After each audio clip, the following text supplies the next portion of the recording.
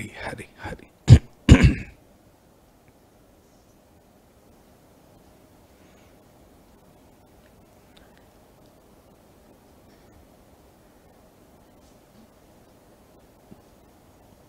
चहुवेदी जाण साही शास्त्री कारण 18 पुराणे हरिसी गाती मंथुनी नवनीता तैसे घे अनंता वाया व्यर्थ कथा सांडी मार्गू.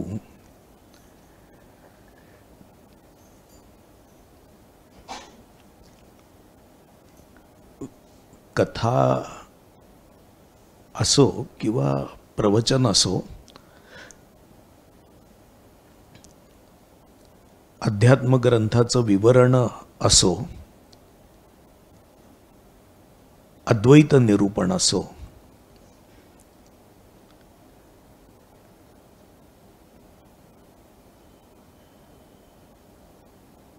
ऐकणाऱ्यांनी वेद अनंत बोलिला अर्थ इतुकाची घेतला विठोबासी शरण जावे निजनिष्ठा नाम गावे असं ऐकणाऱ्यांनी समजून घ्यावं. चारही वेदामध्ये, 6ही शास्त्रामध्ये, 18ही पुराणांमध्ये ज्या हरीचं वर्णन केलेलं आहे तो हरी समजून घ्यावा.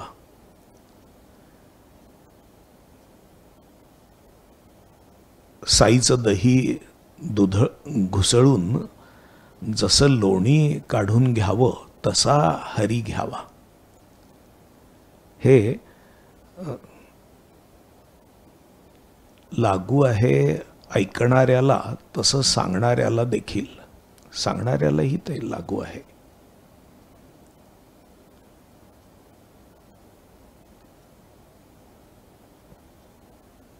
स्वामीजी असं म्हणत असत की 40 वर्ष ज्ञानेश्वरी सांगितली म्हणून खूप मला काही वाटून घ्यायचं मी कारण नाही. कारण त्या बादशाही बोळाच्या गल्लीमध्ये असणाऱ्या सुरुवातीच्या घरात कल्पना नसते. आपल्याला आपल्या कर्माबद्दल खूप वाटत असतं.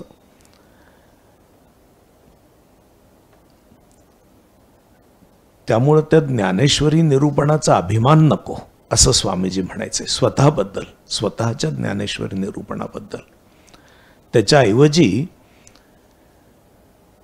प्राप्तव्य काय आहे, स्वांत सुखाय आपण सांगतो हे महत्वाचं आहे. किती लोक आलेले होते हे महत्वाचं नाही, तर आपण आपल्या स्वतःकरता सांगितलं हे जास्त महत्वाचं आहे.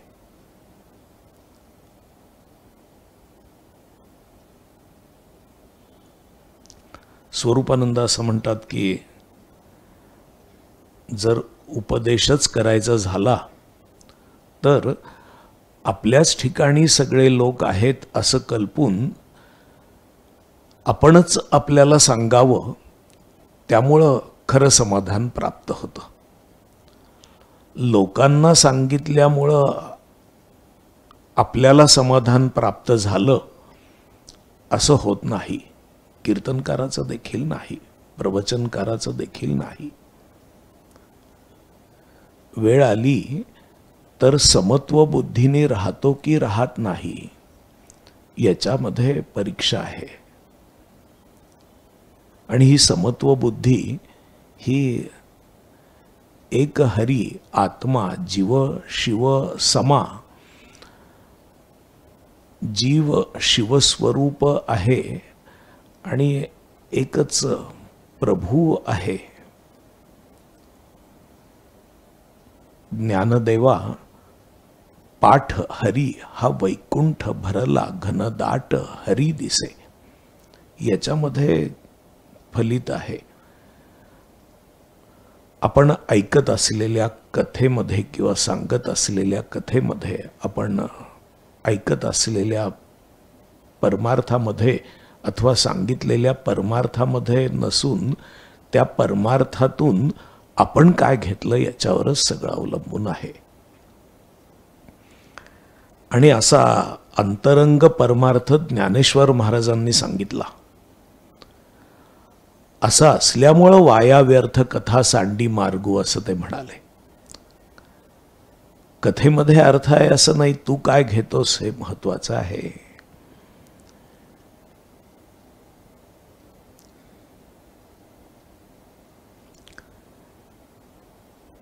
मला आज तुम्हाला असं सावध करायचं आहे. हा हरिपाठाचा विषय मी बोलत नाही आता तुमच्याशी. तर हा जो करोना काळ चाललेला आहे आणि त्याच्यामध्ये सरकारने काही बंधनं उठवलेली आहेत आणि 7 ते 2 हे आता फिरण्यासाठी किंवा खरेदी करण्यासाठी म्हणून सवड दिलेली आहे. तरी देखील जर आवश्यक असेल तरच जा. मला आपल्या डॉक्टर मंडळींकडून हे तुम्हाला सांगण्यासाठी म्हणून विनंती केली जाते. परवाच मी कोणाकडून तरी ऐकलं की एकदा हे सगळं सुरू झालं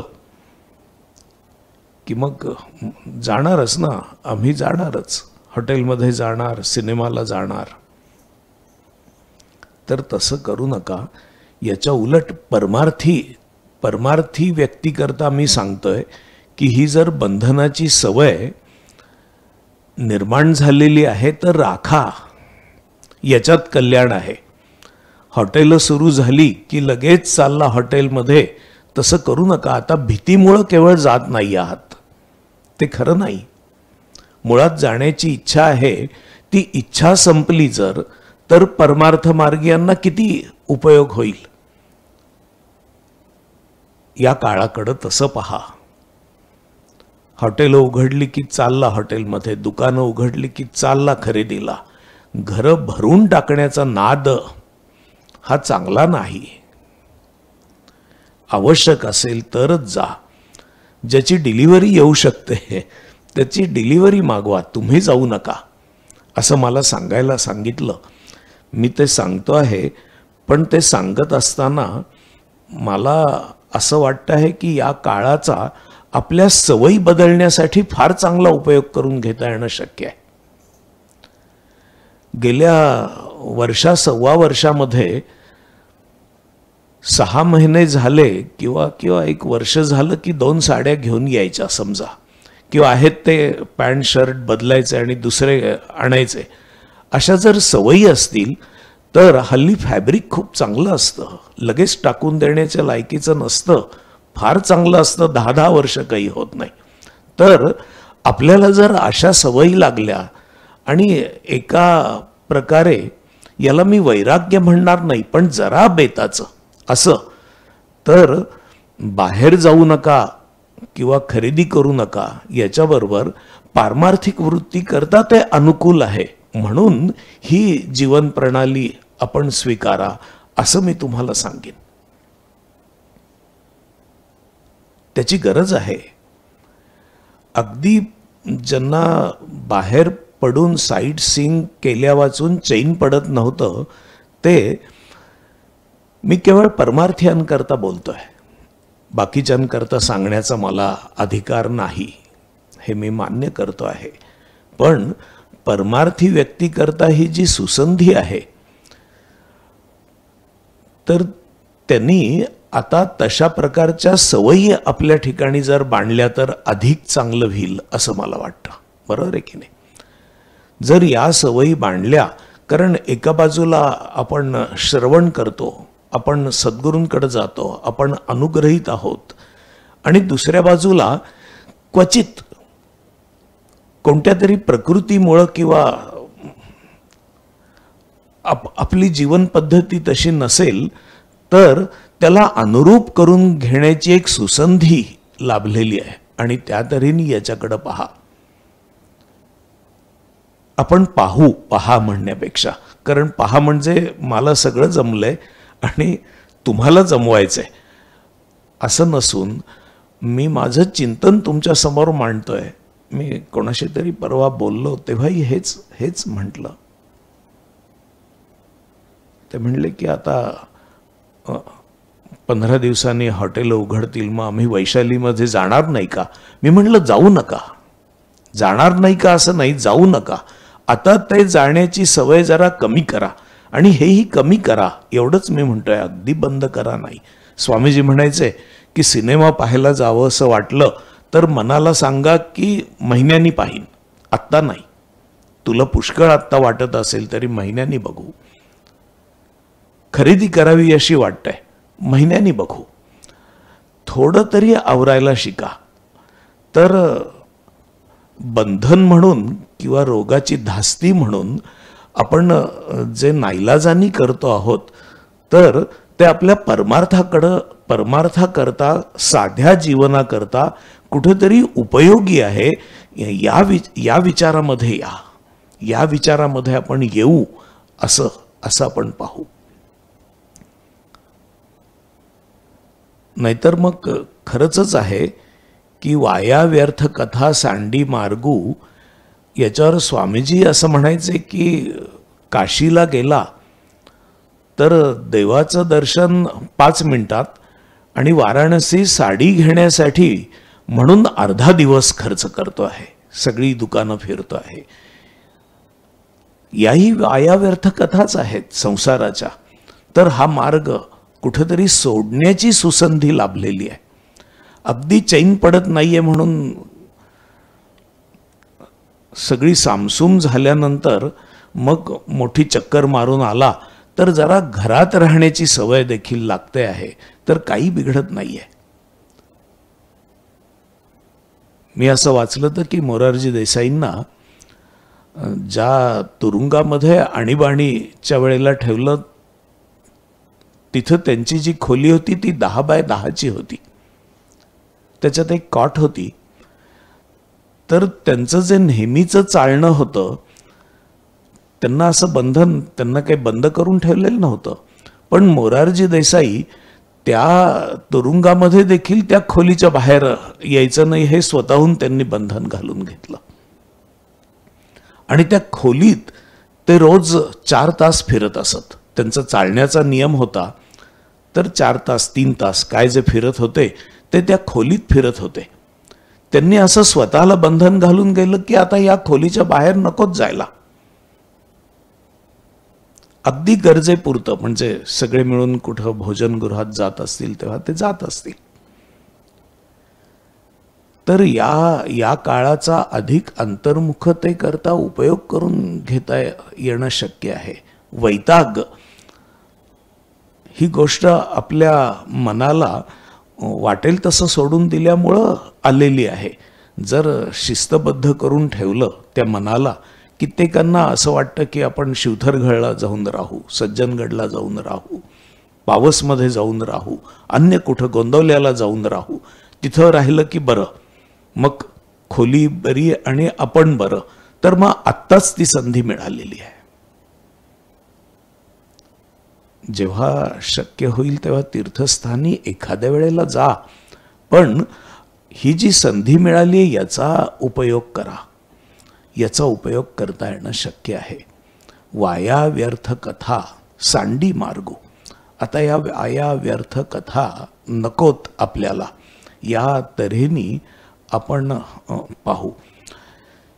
ज्यांना आपल्या घरामध्येच राहून वर्क फ्रॉम होम आहे, त्यांचा प्रश्न नाही आहे. ते आपल्या घरामध्ये काम करतायत. आता हे काम आपण आनंदाने करू. आपण हाऊस अरेस्ट झालोय असं समजू नका. त्याच्याऐवजी आहे या बंधन, आपण जर पाहायचं झालं तर नदी बंधनातून वाहते. ती बंधनातून वाहते म्हणून नदी असते. ते पाणी इतस्ततः जर सगळीकडे पसरलं तर ते समुद्रापर्यंत जाणारच नाही.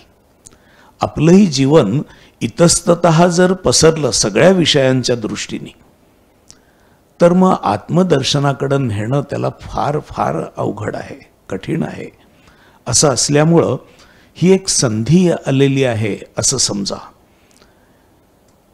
मी अशी एक गोष्ट वाचलेली होती की एका अतिशय अवघड झाडावर आणि झाडाच्या शेंड्यापर्यंत जपानमधली गोष्ट आहे मला वाटतं. पण झाडावर चढणं देखील ध्यानासारखं कसं असू शकतं? अतिशय अवघड झाड होतं चढायला. तेव्हा गुरु सूचना देत होते की आता काय पकड, आता आता आता कुठला आधार घे, आता हात कसा उंच कर, आता पाय कुठं लाव. आणि त्यांनी त्याला यथासांग मार्गदर्शन करून पार शेंड्यापर्यंत कसं जायचं हे शिकवलं. तो शेंड्यापर्यंत गेला.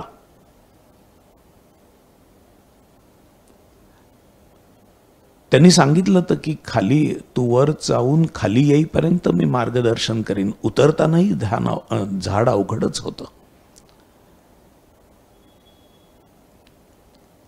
आणि तो वर जाऊन पोचल्यानंतर त्यांनी सांगितलं गुरूंनी की तू निम्मी लढाई जिंकलास.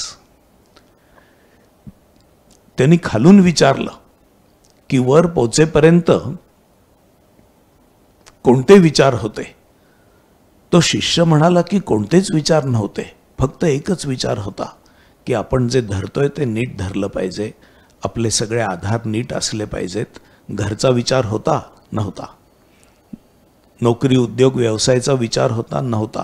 आता एकच विचार होता की आपण कसे चढतोय, कसं नीट चढायचंय न पडता आपल्याला सांभाळून. निम्मी लढाई जिंकलास ते म्हणाले. आता उतरायचं, आता खाली उतर. तर तो म्हणाला की सांगा मला कसं खाली उतरायचं ते. तर ते तिथं पथारी टाकून निवांत झोपून राहिले. आता तू तुझं बघ म्हणाले कसं उतरायचं ते. त्याच्या पुढं फार मोठा प्रश्न पडला. त्यांनी इकडं तिकडं पाहिलं, कसे आधार आपण घेऊन वर आलो, आता खाली जाताना कशा प्रकारे आपण खाली जायला पाहिजे याचा निश्चय केला. आणि तो जवळपास 8 फुटापर्यंत जमिनीपासून असा अगदी जपून आला. आणि तिथं आल्यानंतर मग मात्र एकदम गुरु उठून उभे राहिले आणि सांगायला लागले की आता इथं धर, तिथं धर, सावकाश, पाय सांभाळ, हात सांभाळ. आणि गुरूंनीही सूचना दिली. तो खाली आला आणि तो म्हणायला लागला की मला तुम्ही वर चढवलं, तुम्ही सांगितलं की ध्यान तुला शिकवतो, आणि खरोखरच मनात काही विचार आला नाही. आणि वर गेल्यानंतर खाली उतरताना तुम्ही मला काही मार्गदर्शन केलं नाहीत. आणि अगदी जवळ सोपं झालेलं असताना एकदम उठून उभे राहिलात आणि सांगितलं की आता अशी काळजी घे, तशी काळजी घे. तर गुरु असं म्हणाले की 8 फुटावरून पडण्याची जास्त शक्यता होती. तू शेंड्यावरून पडला नसतास, कारण तेव्हा तुझं ध्यान तसंच अखंड चालू होतं, मनाची एकाग्रता भंगलेली नव्हती. पण जेव्हा 8 फुटावर आलास तेव्हा मग तुझ्या लक्षात आलं की आता जवळ आलो. तेव्हा आता तुझ्याकडून नीट उतरून घेण्याची गरज होती, कारण 4 फुटापासूनच झाड वर अवघड होतं. हे जे 4-5 फूट होते तिथंही पडू शकत होतास, तिथं तुला मार्गदर्शनाची गरज होती. आता हे लॉकडाऊन आणि अनलॉक करण्याची प्रक्रिया जी चालू झालेली आहे तिथं मार्गदर्शनाची गरज आहे. जेव्हा बंधनं घातलेली होती तेव्हा कोणत्या मार्गदर्शनाची गरज नव्हती.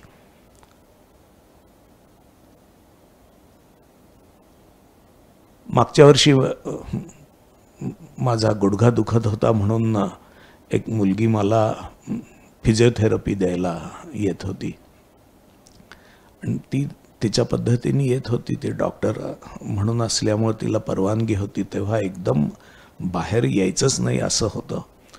ती घरी जाताना मी तिला रोज सांगायचो की तू येतेस आणि जातेस, तुला जर पोलिसांनी पकडलं तर फोन कर, तुला निदान आम्ही जेलमध्ये भेटायला तरी येऊ, गमतीने मी म्हणायचो. कारण कोणीच बाहेर जात नव्हतं.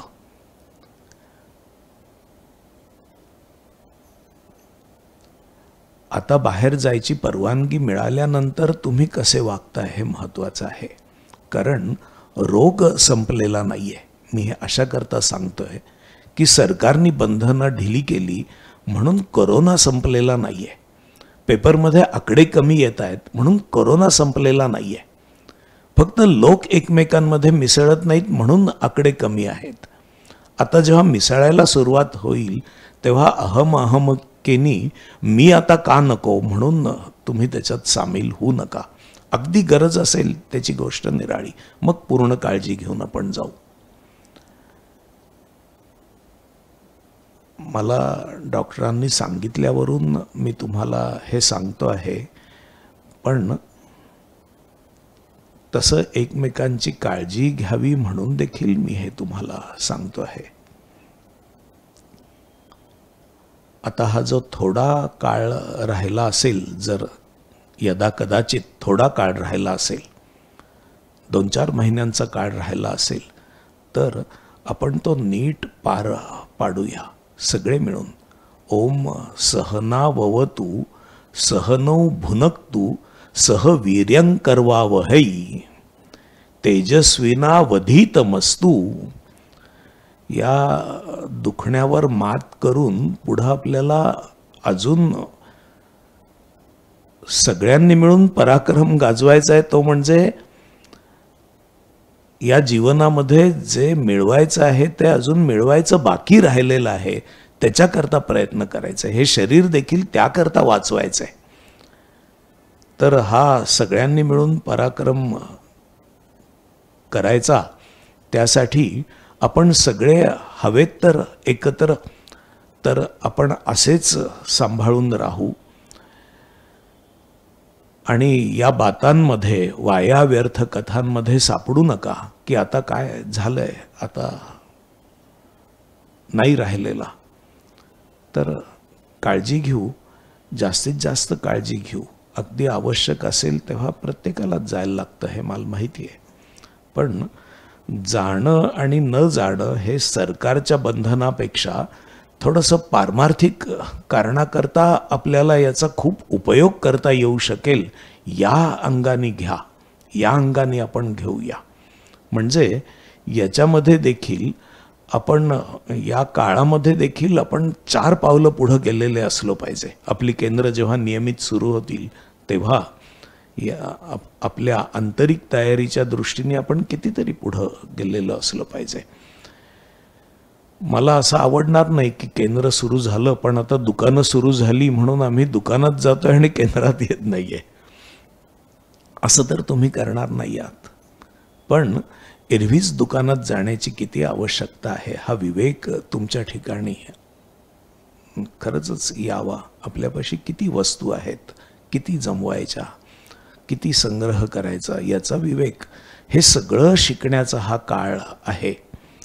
आणि मी माझ्या मनाला काय शिकवतो आहे ते कधीतरी तुम्हाला तुमच्या समोर प्रगट करावं म्हणूनही मला हे बोलावं असं वाटतंय, म्हणून मी हे बोलतोय. तर आपण योग्य रीतीने काळजी घेऊन राहू आणि सुरक्षित रीतीने या सगळ्या प्रकारातून आपण बाहेर पडू. आपण बाहेर पडणार, या प्रकारे वागून आपण बाहेर पडणार. हरिओम तत्सत. हरी हरी. बोला पुंडलिक वरदे हरी विठ्ठल. श्री ज्ञानदेव तुकाराम. श्री ज्ञानेश्वर महाराज की जय. परमहंस सद्गुरु स्वामी स्वरूपानंद महाराज की जय. परमहंस सद्गुरु स्वामी माधवनाथ महाराज की जय. सब संतन की जय. जय जय रघुवीर समर्थ. हरी हरी हरी हरी. निवेदन आहेत. श्रीराम. 2 निवेदनं आहेत. येत्या रविवारी सकाळी 8 ते 9:30 या वेळात आपण बालकेंद्राचा 40वा वर्धापन दिन उत्सव साजरा करणार आहोत.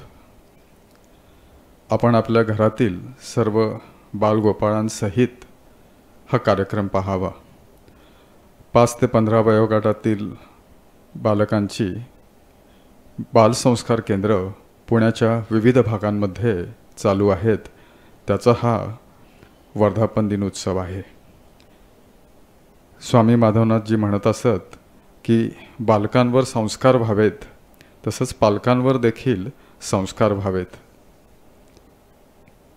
स्वामीजींच्या या इच्छेनुसार ही बालसंस्कार केंद्र सुमारे 40 वर्ष पुण्यामध्ये कार्यरत आहेत. 5 ते 15 वयोगटातील मुलांना आपण जरूर या कार्यक्रमामध्ये पाहायला सहभागी करून घेऊया. तसंच त्यांचे पालक देखील, या वयोगटातली मुलं आहेत त्यांच्या पालकांनी देखील हा कार्यक्रम अवश्य पाहावा असं मी मंडळातर्फे आपल्याला आवाहन करतो. यूट्यूबवरून आणि झूमवरून या कार्यक्रमाचं ऑनलाईन ब्रॉडकास्टिंग होणार आहे. हा कार्यक्रम असल्यामुळे परमपूजनीय स्वामीजींचं नेहमी जे दासबोधाचं प्रवचन होतं ते मात्र या रविवारी नाही आहे, याची कृपया सर्वांनी नोंद घ्यावी. पुढील रविवारी सकाळी 8 ते 9:30 बालसंस्कार केंद्राचा 40वा वर्धापन दिन उत्सव. आपण सर्वजण यामध्ये ऑनलाईन सहभागी होऊया. परमपूजनीय स्वामीजींना आपण सर्वांनी आता नमस्कार करूया. निवेदन संपली. हरी हरी हरी हरी. स्वामीजी स्वामीजी. राम राम राम. नारायण.